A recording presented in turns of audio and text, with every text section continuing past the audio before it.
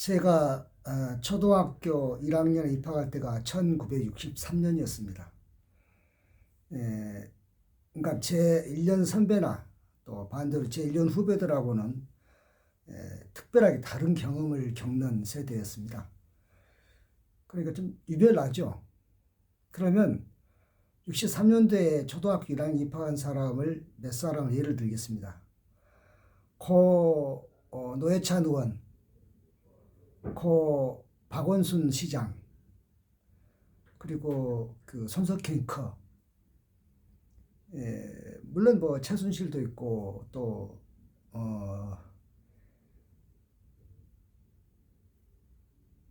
장경호 목사라든가 뭐 그런 사람도 있고 한데, 이 초등학교 1학년 들어가 보니까 그때는 이제 박정희 대통령이 아니고 박정희 의장이었습니다. 최근 최고의 의장이죠. 그리고 이제 그 63년 연말에 가서 그 선거를 할 때 그때 이제 박정희 후보가 당선이 돼가지고 대통령이 이제 된 것인데요. 그건 이제 방학 때죠. 그러니까는 이 선거 벽보가 붙었는데, 물론 흑백이죠. 뭐 요새는 다 칼라지만, 그때는 뭐 옛날이기 때문에 뭐 그림책 같은 것도 없었고, 그러니까 우리한테는 그 선거 벽보가 하나의 뭐 그림책이라 할까요? 신기하잖아요. 뭐 초등학교 1학년 들어가서 그 뭐 우리 세대는 유치원도 안 다녔으니까 굉장히 새로운 경험이죠. 그래서 그 글씨 배운 거 떠듬떠듬 그 선거 벽보를 다 읽으면서 이렇게 뭐 관심을 갖게 됐어요. 그래서 뭐 의장이 이제 대통령 되는 것도 알고 그러는데, 이 4월 19일이 되면은 그때는 4.19 학생 의거라 그랬는데, 그 교장 선생님들이 월요일날 애국조회 때는 굉장히 그 운동장에 다 세워놓고 전교성을 세워놓고 훈화를 하시잖아요. 그게 한 30분은 했던 것 같아요. 상당히 좀 지루하게 느껴지는데, 뭐 다른 거는 몰라도 4.19 학생은 학생들의 막 그 역할, 그 다음에 유대성 이런 걸 많이 이야기를 해서, 우리 초등학교 1학년 학생이니까 내용은 잘 모르겠지만 굉장히 그 긍지를 갖게 하려고 애쓰는 것 같은 그런 인상을 받았습니다. 그리고 이제 그 64년도 이듬해는 이제 박정희 대통령이 된 것이죠. 그런데 뭐 한 3, 4학년 됐을 때 쭉 보니까 그 선생님들도 이제 여러 가지 그 색깔이 있더라고요. 이를테면은 이승만 독재자라고 하는 선생님도 물론 많지만은, 어떤 이는 그 4.19가 4.19로 해서 이승만이 좌절되지 않았더라면 좀 더 국가가 발전했지 않았겠느냐, 이런 사람도 있고 그러더라고요. 뭐 물론 요새도 뭐 그 보수 진보가 있듯이 그때도 그랬겠죠. 그러면 굉장히 낯설더라고요. 왜냐하면은 교장 선생님 하는 훈하고, 저희 집에서도 그래요. 저희 할머니는 여자분이니까 이승만 대통령이 10년 집권할 때, 12년 집권할 동안 흉년이 한 번도 안 들었다, 뭐 그런 이야기를 하고. 그러니까 뭐냐면 대통령이라는 게 처음 이제 있는 제도다 보니까 뭐 옛날에 그 왕으로 생각하는 거죠. 물론 이제 할아버지나 다른 분들은 어림도 없는 이야기고 그냥 독재자의 하나일 뿐이고, 그 이렇게 집에 그때는 이제 뭐 책이 흔치 않으니까 귀한 거니까 뭐 굴러다니는 책이 있는데, 책 이름이 뭐냐면 만성 이기붕 이렇게 써 있더라고요. 그래서 읽어봤어요. 내가 읽어봤는데 뭐 꼭 이인재처럼 그 어렸을 때 뭐 찢어지게 가난해서 어머니는 뭐 삭바느질하고 자기는 뭐 졸린 눈을 갖다가 무슨 바늘로 찔러가면서 잠을 쫓아가면서 공부를 했다는 그런 내용이 쭉 나오더라고요. 그걸 이제 아마 선거 책 홍보 책자였던가 봐요. 그걸 보고 있으니까 어느 날 할아버지가 보시더니 무슨 책 보냐니까는 그 옆집에 갖는 걸 얻어온 거라고 했더니 이거 달라고 그러 할아버지가 버려버리시더라고. 이건 선거 운동 홍보책자이기 때문에 별로 읽어들 만한 가치는 없는 것이라고. 그래서 뭐 그런가 보다 했죠. 그러니까 뭐냐면은 만성 이기붕이 그 이승만의 이제 이인자 아닙니까? 그런 이제 그런 것도 경험이 있었고, 심지어는 어떤 선생님은 그 일제가 좀 더 오래도록 진행이 됐더라면 더 발전됐을 거라는 선생님도 있었어요. 그러니까 그만큼 과도기였죠. 그때가 과도기였기 때문에 그런 걸 경험했는데, 그래서 저희 또래가 72년 유신 독재를 굉장히 충격으로 받아들인 거죠. 왜냐하면 사실은 1972년이 무슨 해냐면요, 키신저하고 닉슨이 그 베이징 가서 이 마오쩌둥하고 저우얼라이를 만났던 해예요. 얼마나 충격적입니까? 우리는 그 마오쩌둥이나 저우얼라이가 무슨 사람이라고 생각을 안 해봤거든요. 괴물로 알았죠. 그랬더니 보니까 마오쩌둥은 뭐 그냥 그 뚱뚱할 뿐인데 저우얼라이는 굉장히 그 양복 핏이 좋더라고요. 이게 윗도는 양복이 이렇게 궁리우쳐 생겼는데 바지 그 다리미 선이 쫙 걷어 있고 그때 이제 어차피 그 신문에 사진밖에 없으니까 텔레비 시대가 아니니까요. 보니까 야뭐 굉장히 아주 인텔이네 이런 느낌이 들게 실제로 중국의 지도자들은 뭐 덩샤오핑까지 포함해서 전부 다 유학파입니다. 마오쩌둥 하나만 빼놓고는.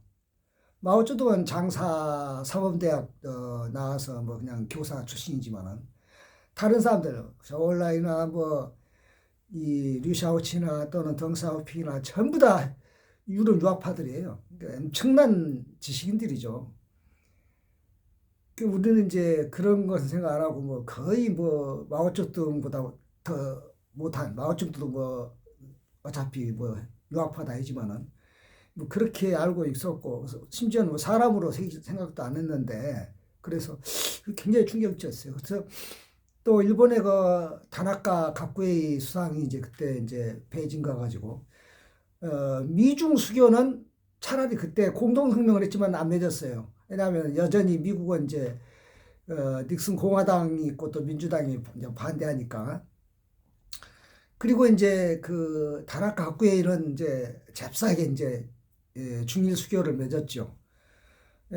그런데 그게 이제 그 한참 봄에 있었던 일이고 7월 4일 날 딱 되니까 중앙정보부장 이우라기가 북한 가서 김일성을 만나고 왔다고 딱 터지는 7.4 공동성명한테 거의 무슨 이거는 천지기백을 만한 환상이더라고요.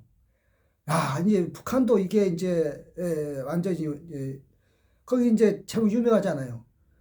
그 민족 자주 민족 대단결 뭐 이런 것들 이 7.4 뭐 그 선언 공동성명 이 캐치프레이가 있잖아요.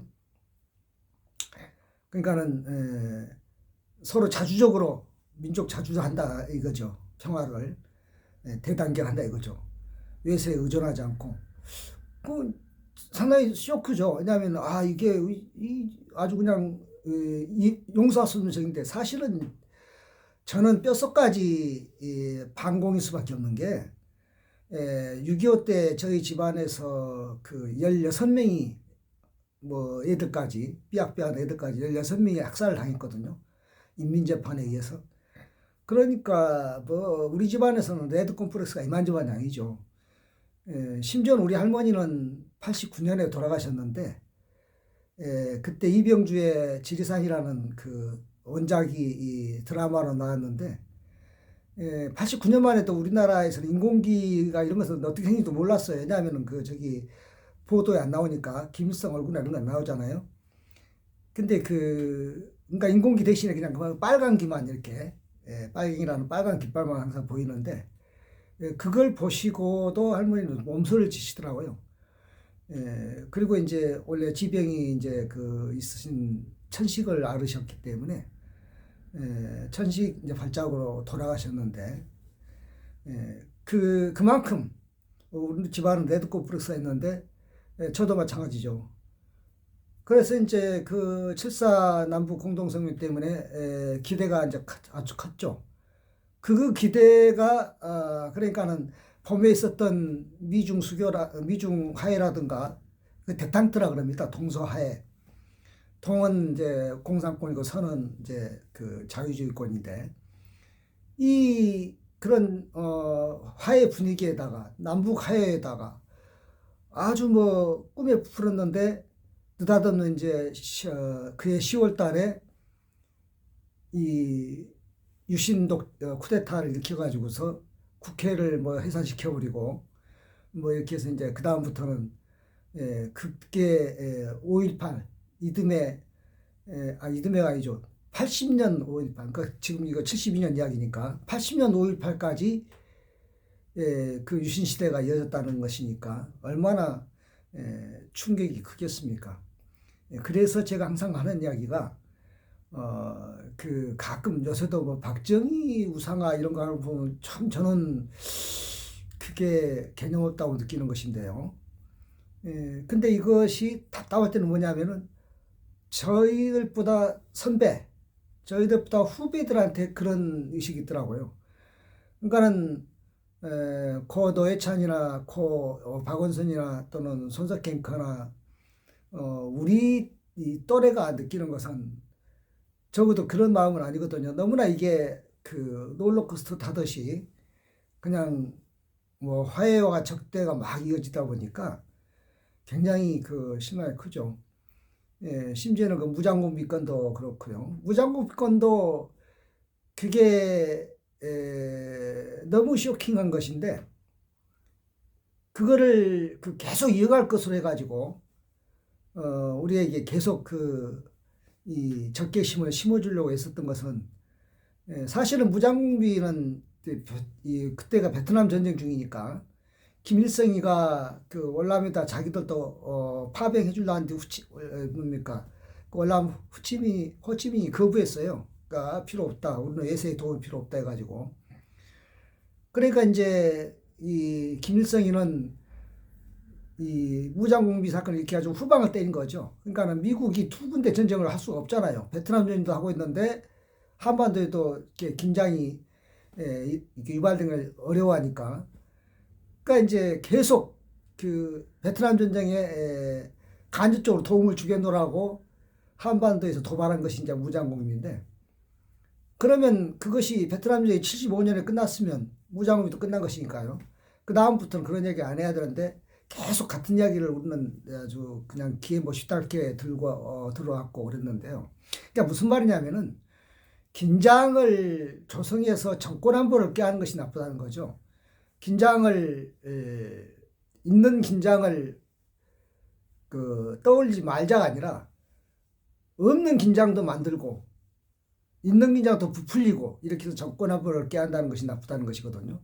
그러니까 유신 독재의 그 토대는 정권 안보를 위한 그것도 그 권위주의란 말이 그것도 사실은 순화시키는 말이 독재죠. 독재의 그 안보를 위한 그 독재가 권위주의란 말을 우리만 쓰고 있는 거예요. 우리만 쓰는 것도 아니라 그 독재의 뭡니까 후예들이 쓰고 있는 이야기죠. 말이 안 맞는 말이죠. 권위주의하고 독재하고도 똑같은 동의어가 아니잖아요. 그 독재의 그런 정권 안보를 위해 가지고서 국민을 갖다가 그렇게 어떤 이데올로기로 노예로 삼는 것은 말이 안 되는 것이죠. 그러니까 이제 우리나라 국민성은요, 일본하고 중국하고도 다릅니다. 우리는 원래 조선시대 때부터 아시죠? 선비가 도끼 짊어지고 지부상서한다고 도끼 짊어지고 경복궁 앞에 가서 아니되옵니다 하는 거. 도끼 짊어지면 뭐예요? 죽여라. 이 도끼 나 찍어 죽여도 되고 내가 도 죽을 수 있다는 거예요. 이게 사대부 정신이죠. 그러니까는 우리는 그런 무슨 뭐 지배와 굴종 이런 것이 순치되어 있는 그런 것이 아니고 그런 것을 전부 다 존중하고 설득에 의한 지배가 가능한 것이죠. 그게 왜 그래야 되느냐면요. 중국은 일테면은 그 리더십이 굉장히 거의 하늘에서 그러니까 오죽하면 천자라 하잖아요. 그 황제를. 지금도 그래. 14억 인구 중에 공산당이 불과 몇 천이에요. 14억 인구의 10%면 1억 4천 아닙니까? 그보다 적은 거예요. 그러니까 10%도 안 되고 공산당이 5% 정도밖에 안 되는 겁니다. 완전 한 8%나. 거기 그래도 한 수천 명이잖아요. 수천만 명. 수천만 명 중에서 시진핑이니까 수천만 명 우리나라 국민이 지금 5천만인데 5천만보다 남북한 다 해도 7천만, 7천만 8천 되는데 다 해가지고 하나 뽑은 게 시진핑이 다 공산당이라고 치더라도 그러니까는 거의 그 지배자가 이거는 무슨 사람이라는 생각이 안 드는데 또 일본은 뭐냐면 섬나라인데 저기는 이제 원래 일본은 사무라이 때부터 그렇고 힘에 굴종하는 것이 다 그건 아주 그냥 이 피가 유전자 그렇단 말이에요. 그러니까 일본은 사무라이 역사밖에 없어요. 우리는 뭐냐면은 거꾸로 선비 역사예요. 사무라이 역사가 아니에요. 우리는 우리 5천 역사 중에서 사무라이 역사 해봐야 고려 무신조고 100년밖에 없어요. 전부 다 선비 역사란 말이에요. 그러니까 이 다스리는 방법이 달라야 되는 거죠. 요새 뭐 윤석열이 했던 것도 그 뭐 일본 사무라이에서는 통했겠죠. 왜 통합니까? 안 통하죠. 안 통하. 그 계엄군이 이 총칼을 들고 있는데 그 안기령인가요? 그 뭐 이렇게 그 총칼 대검을 자꾸 이렇게 막잖아요. 그 찔리면 찔리는 것이고 그것이 만약에 탄이 장진돼 있으면 잘못하면 오발 사고도 일어났었지만은 그게 그러니까 한국인이에요. 그날 의사당에 들어간 그 뭡니까 몰려간 시민들 그 사람들 뭐 총 한 방 쏘면 죽는 건 일도 아니죠. 파리 목숨이죠. 그런 걸 두려워하지 않는다는 거죠. 그러니까는 다스리는 방법이 달라야지 무슨 일본서 써먹고 중국서 써먹을 만한 그따위 방법으로 하면 안 된다는 거죠. 그리고 과거에 50년도 전에 박정희가 써먹던 방법으로는 안 된다는 얘기입니다. 그러니까 전두환으로 해서 박정희가 자꾸 가려진 면이 있는데 전두환이 일으킨 12.12든 5.18이든 전부 그 계엄령이 전부 다 유신헌법의 계엄령이에요. 전두환이 계엄령이 아니라 전두환이 창작물이 아니란 말입니다. 박정희가 만들어 놓고 한 유신헌법에 그리고 중국 다음에 그 유신헌법의 결과로 그렇다고 그 말도 안 되는 계엄령들이 나온 것입니다. 그러니까 헌법이 그렇게 중요한 거예요. 그리고 지금 헌법이 이게 이제 1987 체제 헌법인데 그래서 지금 한 40년 되나요? 한 30몇 년 됐는데 지금도 개헌하자 할 때 가끔 내각제를 많이 썼는데요. 내각제는 우리나라에 맞지 않는 헌법입니다. 내각제도 민주주의 맞아요. 대통령 중심도 민주주의 맞아요. 근데 우리는 안 맞아요. 내각제는 마치 로마 언론처럼 귀족공화정처럼 국회의원이면 계속 국회의원을 할 수 있게끔 돼 있는 거예요. 우리는 그런 꼴을 못 보죠. 일본은요 5대째 6대째 지역구를 물려줘요. 우리는 지난번에 의정부에서 그 누굽니까 갑자기 이름이 생각 안 나요. 그 의장까지 지냈던 사람 문희상 씨가 자기 아들한테 지역구 물렸는데 바로 아웃시켜버렸잖아요. 낙선시켜버렸잖아요. 이대도 안 물려줘요. 이대도. 심지어는 지구당만 안 물리는 게 아니라 이 교회도 안 물려주려고 해서 뭡니까 저 유명하잖아요. 저기 저 강남에 저 뭡니까 그 저기 김사만 목사인가요? 그 저기 저 명성교회 그거 아들한테 물리려니까는 그 지금 어떻게 물려는 줬는데 그 난리가 있잖아요. 그 교인만 말하는 게 아니라 교인 아닌 사람도 이야기해요. 그 막 기독교인도 아닌 사람까지. 이재용이가 사과한 게 뭡니까? 눈물 흘리며 사과한 게 자기 아들한테 세습하지 않겠다. 내 기업인데 세습한 것이 뭔 것이죠? 우리나라니까 안 되는 거예요. 우리나라. 그러니까 무슨 말이냐면은 한국인은 다르다는 얘기예요. 중국이라고 다르고 일본이랑 다르다니까요. 그러니까 이걸 알고 해야 돼요. 이게 좋다 나쁘다는 말할 필요가 없어요. 왜? 우리는 그렇게 생겨 먹었어요. 그렇게 안 될 수밖에 없는 게 뭐냐면은 원래부터 조선시대도 척박해요. 우리가 이 땅이 좁은데 지금 이렇게 필요가 있고 농법이 발달해도 쌀이 자급자족이 될까 말까 했었잖아요. 조선시대 어쩌겠어요. 필요도 없었죠. 농법도 시원찮았겠죠. 그럼 부족했을 거 아닙니까? 부족한 것을 어떻게 먹어야 됩니까? 나눠 먹어야 돼요. 그러니까 다른 데하고 달라요. 잉여 농산물이 없는 거예요, 우리는. 그럼 나눠 먹어야 되니까 그래서 왕들도 아주 최소한을 만드는 거예요. 무슨 뭐 서태후나 또는 일본의 무슨 도요토미 히데요시나 이번에 뭐 저기 시리아에 도망간 놈, 뭡니까? 아사드나, 이런 식으로 아방궁을 꾸밀 수가 없어요. 그러면. 왜냐하면 그럴 여유가 없었어요, 왕들이. 조선의 왕들이요, 그렇게 우리가 뭐 우습게 알지만은 하루 종일 공부하고, 그리고 뭐 그냥 밥만 먹고 산 거죠. 그럼 뭐 그 사람들이라 해서 무슨 밥 6그릇 먹고 산 거고 7그릇 먹고 사는 게 아니에요. 그러니까 무슨 말이냐면은 원래 자원이 적기 때문에 이걸 나누지 않으면 안 되는 거예요. 지방간들이요, 자기들 지방 수령들이 자기 그 지방에서 만약에 굶어 죽은 사람 나왔다 그러면 바로 모가지예요. 지금도 누가 굶어 죽는다고 해서 뭐 시장 군수 모가지 떨어진 거 봤어요? 그런 게 조선시대. 그러니까 그 조선시대는 게 무서운 나라가 아니에요. 그렇게 어려운 관도 꾸며놨는데, 그래가지고 그래서 왕들도 그 상소하고 뭐 도끼 짊어지고 상소하면은 그거를 어떻게 하지 못한 거예요. 뭐 조선 500년 역사에서 지부상소했다고 해서 그가 뭡니까 직원 도끼로 죽였다는 말 들어봤어요? 안 죽였어요. 그게 우리나라예요. 그러니까는 앞으로도 정치도 그렇게 해야 되고, 내각제를 우리가 안 만든 이유가 뭐냐면, 내각제를 하게 되면은 국회의원들이 계속 그 세습할 수가 있어요. 계속 다선 의원이 될 수가 있어요. 사실은 3선 이상하면 안 된다는 말도 있어요. 나는 뭐 꼭 그렇게 생각하진 않는데 3선 아니라 5선, 6선 달성하면 해야겠죠. 근데 중요한 건 뭐냐면은 그냥 개나 고동이나 다 그냥 누릴 수가 있는 거예요. 그러면 자꾸 안 들어오게 돼요. 저기 새로운 피가 수혈이 안 되는 겁니다. 그런 내각제가 안 맞는 거예요. 그리고 어떤 사람도 그런 사람도 있고, 국회에 뭐 세비를 뭐 자꾸 줄이자 그러는데, 세비를 많이 받는 것도 문제인데, 줄이면 어떤 문제가 생기냐면은 여유 있는 사람들만 국회의원 할 수가 있어요. 국회의원 하면서 세상에 뭐 밥 먹을 돈도 없고 뭐 생활할 돈도 없으면은 국회의원 안 할 거예요, 그 사람들은. 그럼 여유 있는 사람은 국회의원 뭐냐면 부자들만의 국회의원이 되는 거예요. 그러니까 원래 공무원한테 월급 주는 일이 처음에는 안 그랬어요. 인류의 역사에서. 처음 언제 생겼냐면은 그리스에서 생겨. 그리스 민주정에서 생긴 거예요. 그 전에는 관리들이, 그러니까 공무원 공직을 어떻게 했냐면은 돌아가면서 해서 또 순서 뭡니까 저기. 그러니까 되게 여유 있는 사람 하는 거죠. 왜? 밥수나 떠먹어서 하지. 밥수 떠먹지 못하는 사람 무슨 지금 당장 굶어 죽는데 무슨 가서 공무원을 하겠냐고요. 그래서 처음에 뭡니까 수당을 주기로 했으니까 수당제. 그 페리클스가 한 거야. 수당제 아닙니까? 그리스 그 페르시아 전쟁 때 이겨가지고 수당제로 시작한 거 아니에요. 그게 요새 국회의원으로 말하면 세비예요. 우리도 한때는 이 지방의회 같은데 그 명예직 때가 있었어요. 처음에 자유당 때는 물론 잠깐 했던 것도 명예직이었고, 그러니까 이제 뭐 지방에서 뭐 뜯어먹고 그렇죠. 어디 저기 기부금 반답시고. 근데 그렇게 할 수밖에 없죠.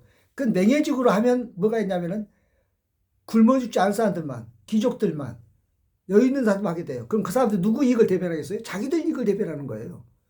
그래서 적어도 세비를 주는 이유는 적어도 뭐 밥술 떠먹는 이유는 걱정하지 않게 생계는, 그리고 우리 가난한 사람들도 많이 대변해 달라. 그래서 세비 갖고 뭐고 생계형 국회의원도 보내는 겁니다. 그래야 생계형도 하는 거예요. 그러니까 이런 역사를 이해를 해야 돼요. 그러니까는 내각제니 무슨 세비를 무조건 뭐 반으로 깎는 있다 해서 하는 것은 여인 사람. 그러니까 지금도 보면 세비 깎자는 이야기 한 사람도 누구냐면 안철수라는 사람들이잖아요. 그 사람들은 세비 안 받아도 되는 사람들이에요.